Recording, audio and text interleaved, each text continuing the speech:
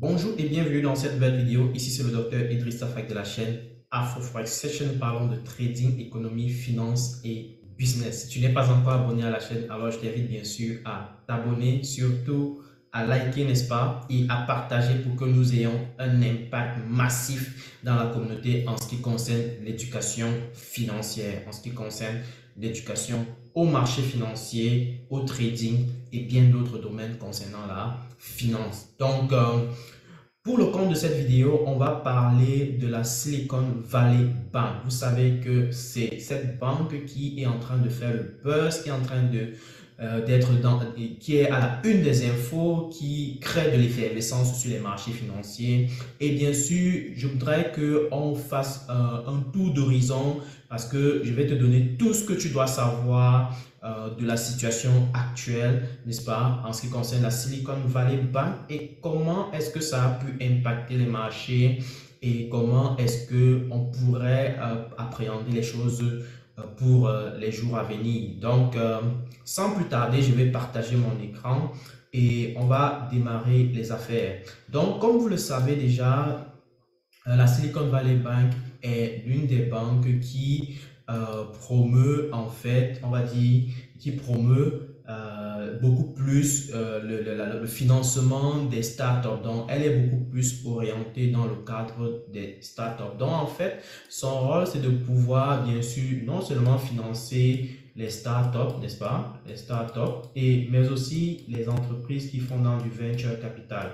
Donc, ces entreprises-là vont beaucoup plus être orientées dans du private equity. Donc, du coup, en fait, toutes ces structures-là vont en général euh, euh, faire des dépôts auprès de la Silicon Valley Bank, donc la SVB pour abréger, SVB. OK? Donc, en fait, les startups vont faire beaucoup de dépôts en général dans ces banques-là parce qu'elle est vraiment startup friendly. Donc, elle a un climat d'affaires qui favorise beaucoup plus les startups, n'est-ce pas? Et bien sûr, les venture capital vont aussi, en général, déposer leurs fonds là-bas et avoir des deals avec la banque en ce qui concerne des financements. OK? Donc, il se trouve que la banque, elle a chuté récemment de quasiment 60% en l'espace de un jour, quelques heures, dirais-je. Donc, ça a été une nouvelle assez drastique pour les marchés, assez drastique. On a vu lors lors de vendredi, de la journée de jeudi-vendredi, qu'on a pu expérimenter des chutes importantes, que ce soit sur le marché du Nasdaq. Nasdaq qui représente les 100 plus grandes entreprises technologiques, parce que quand on dit technologie, c'est l'innovation, les startups et bien d'autres parfois, qui peuvent impacter bien sûr les grosses entreprises technologiques aussi. Donc, pareil pour les autres indices tels que le DAX, ça a été impacté, et même le US 30, n'est-ce pas? Donc, si on regarde le US 30, on va bien se rendre compte qu'il a également été impacté au cours de la journée de jeudi-vendredi. Donc, vous pouvez voir la chute qu'on a pu expérimenter pendant ces périodes-là. Maintenant, la question c'est de savoir comment est-ce que les choses se sont passées. En fait, ce qu'il faut savoir, c'est que tout part en fait de l'année 2021, de la situation de la pandémie 2020, pardon.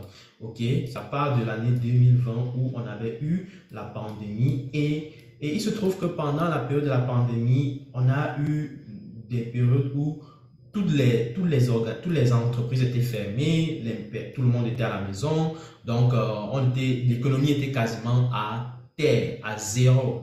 Et ça a créé un climat de non-confiance. Et pour pouvoir remettre en confiance l'économie, qu'est-ce qui s'est passé? Les gouvernements, n'est-ce pas, les banques centrales ont dû appliquer du quantitative easing, n'est-ce pas? Donc, ils ont dû émettre plein d'argent dans l'économie, n'est-ce pas?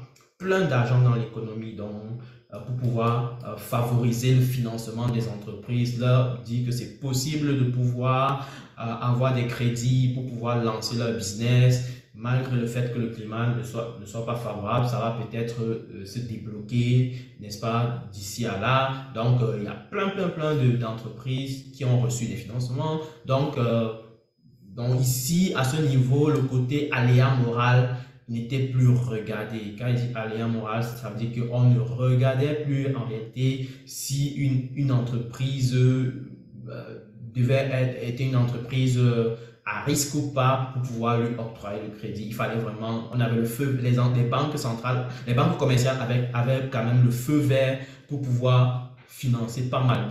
Ils voulaient aussi profiter de la situation, on va dire. Donc, il y a eu pas mal de startups qui en ont reçu plein de financements via cette passerelle-là.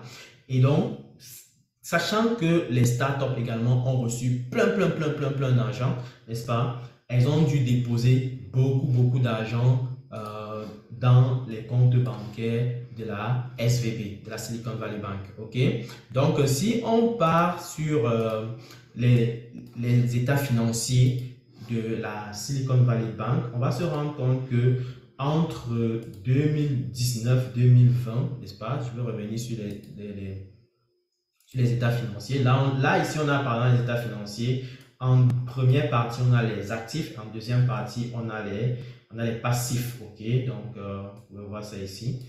Les passifs, les actifs. Donc, et dans la partie des passifs, on va rapidement se rendre compte que les passifs sont clairement dominés par les dépôts des participants, c'est-à-dire des startups, des entreprises et bien d'autres. Ok, donc si je regarde bien, si on fouille bien, on va voir quelque part Total Deposit, donc qui représente cette ligne-ci. On va se rendre compte qu'elle représente la plus grande partie de l'argent reçu en passif dans les comptes, dans le livre des comptes de la Silicon Valley Bank. Donc on voit ici par exemple que en 2019, on était autour de 61 milliards en termes de dépôts. On est passé de 61 milliards à 101 milliards en 2020. Donc, on avait déjà quasiment doublé. Ok? Et lorsqu'on quitte maintenant de 2020 à 2021, ça ne s'est pas arrêté.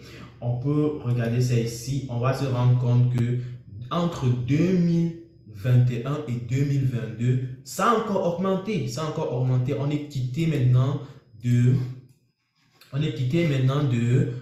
100 milliards en 2020 pour atteindre les 190 milliards. Donc, on peut voir Total Deposit encore ici. Ça, c'est les états financiers entre 2021 et 2022. Donc, on peut voir qu'ici, on avait déjà quasiment 190 milliards. Donc, et en 2022, 173. Donc, vous voyez qu'on était quasiment encore en train de doubler par rapport à 2020. Donc, les dépôts ont quasiment, on va dire, triplé. Donc, on était parti en 2019, n'est-ce pas? En 2019, on était parti de 60 milliards, n'est-ce pas? Et en 2020, 21, 22, on va dire 2022, on se retrouve à 173 milliards en termes de dépôt des entreprises et peut-être des particuliers. Et là, du coup, la question qu'on doit se poser, c'est, étant donné que la banque a reçu énormément d'argent en termes de dépôt, il fallait bien qu'elle en profite, il fallait bien qu'elle génère un cash là-dessus. Il fallait qu'elle sache quoi faire de cet argent pour pouvoir avoir plus de rentabilité. Et là, ce qu'elle a fait en réalité, c'est de pouvoir aller investir sur le marché des bons de trésor, n'est-ce pas, américains. Donc, on va regarder ça ensemble rapidement. Donc, elle est allée acheter des bons de trésor long terme de l'Amérique. Donc, on va voir ça ici. Donc, ça représente en fait cette ligne-ci. Donc, vous pouvez voir ici dans la partie actif, donc dans le segment actif. On peut voir que les bons de trésor étaient à l'ordre, ils avaient acheté des bons de trésor de l'ordre de 98 milliards en 2021, 91 milliards. Elles avaient commencé les achats même depuis déjà 2019. Donc, elles achetaient progressivement, mais à partir de 2021-2022, ils ont vraiment mis massivement d'argent là-bas. Ok, on a mis beaucoup. Donc, si on fait le ratio entre 98 milliards et le 189 qu'on a ici, ça fait quasiment 50%, environ 50% des dépôts étaient retrouvés dans les bons de trésor. Donc maintenant, quand elle investissait dans ce sens-là, c'était dans l'esprit que les bons de trésor ne vont pas bouger, les prix ne vont pas bouger à la baisse de manière drastique, ok? C'est-à-dire, elles ne vont pas non seulement perdre de l'argent, c'est dans cet esprit-là. Mais le problème, c'est que ce qui s'est passé entre-temps, c'est que les banques centrales ne sont pas arrêtées avec des taux d'intérêt très bas. Ils n'ont pas regardé les taux d'intérêt bas comme on avait observé en 2020. Ce qui se passe, c'est que ces taux d'intérêt ont augmenté drastiquement. Donc, on a vu les taux d'intérêt partir de 0,25%, n'est-ce pas? 0,25% pour atteindre les 4,5%. C'est énorme de chez énorme.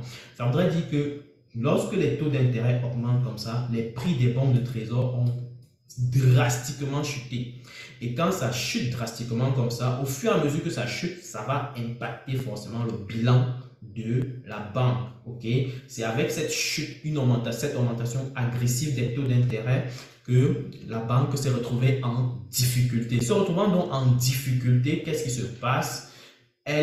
Pour pouvoir résoudre le problème, elle a dû aller faire des levées de fonds, parce que les gens étaient en alerte déjà quand même. Elle a dû faire des levées tenter de faire une levée de fonds pour pouvoir renflouer les caisses, n'est-ce pas, et peut-être payer les déposants au fur et à mesure. Mais ce qui s'est passé, c'est que ça n'a pas marché tel que envisagé. Donc, on va voir ça ensemble.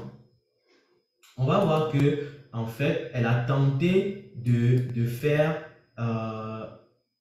une levée de fonds, mais ce qui n'a pas marché. Voilà d'où, ayant donc cette information-là, et ayant donc les bilans de la banque, ce qui s'est passé, la banque a chuté. Donc, du coup, ça a alerté tout le monde parce que avec son bilan, ça a attiré l'attention et du coup, l'info est sortie et on a compris que la SVB était en difficulté. Donc, on peut voir qu'on a écrit ici, la SVB perd en termes d'action de 60% après une chute, après une perte de 1 milliard, de 1,8 milliard sur les bons de trésor. Ok.